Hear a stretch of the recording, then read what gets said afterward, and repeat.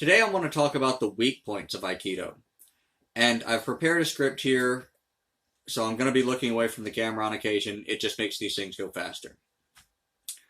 I believe that an important step towards self-awareness is facing our own bias.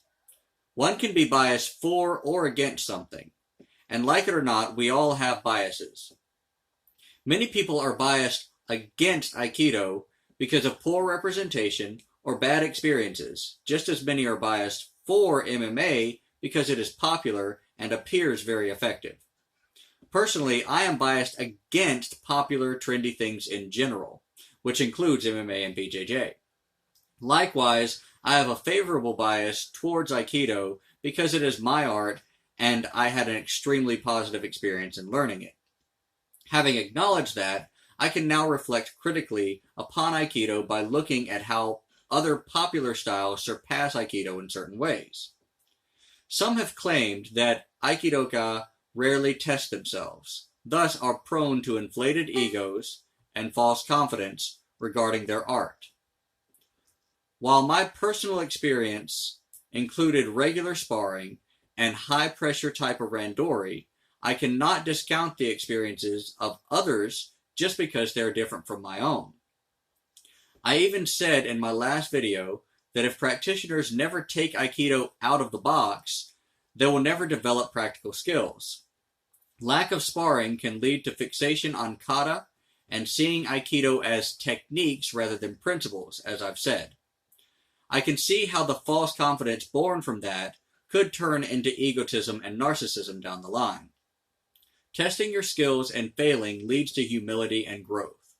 Even in schools where the spiritual side of Aikido is the focus rather than the practical side, this is still important. As a certified yoga instructor, I find that dissolving the ego is key to spiritual progression.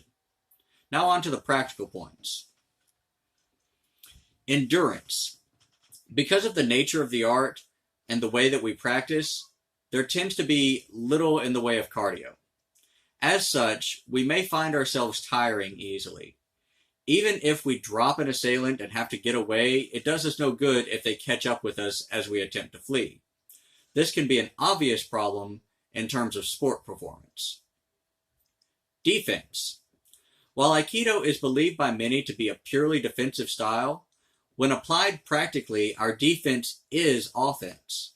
We primarily deal with oncoming attacks by evading and countering simultaneously. While pressing the attack in this manner is a tried and true tactic, it does lead to a lack of skill when it comes to guarding against and absorbing damage like many pro fighters do. Ground game. To be fair, newaza or ground techniques were apparently once part of the Aikido curriculum.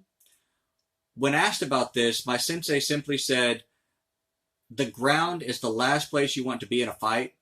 Better to stay on your feet and put them down." And while I tend to agree, I'd rather be prepared for the eventuality than simply train as if it could never happen. Striking. I've said countless times that Aikido does include striking. But just as I missed out on newaza, many others are also missing out on atemiwaza. For what I assume must be various reasons, teaching atemi has fallen out of favor in many Aikido schools. Perhaps it is to accommodate those students or parents of child students, I think is a very good likelihood, who are attracted to Aikido as the non-violent martial art. While this approach to teaching is fine for those seeking that kind of experience, the spiritual self-development type, it has led to mass misrepresentation of Aikido as an art with zero practical value. To rectify this, I propose that we simply start being honest with ourselves and our students about what kind of school we're running. Claiming to impart practical skills while delivering a primarily spiritual self-development style experience is going to lead to a loss of students anyway. Better to send them to the next school that can give them more what they're looking for. Likewise, a person coming in seeking a totally nonviolent form of gentle exercise is going to be shocked when thrown into randori with multiple people attacking them from all directions. Both types of schools can and should exist. We just have to be clear about which one we are.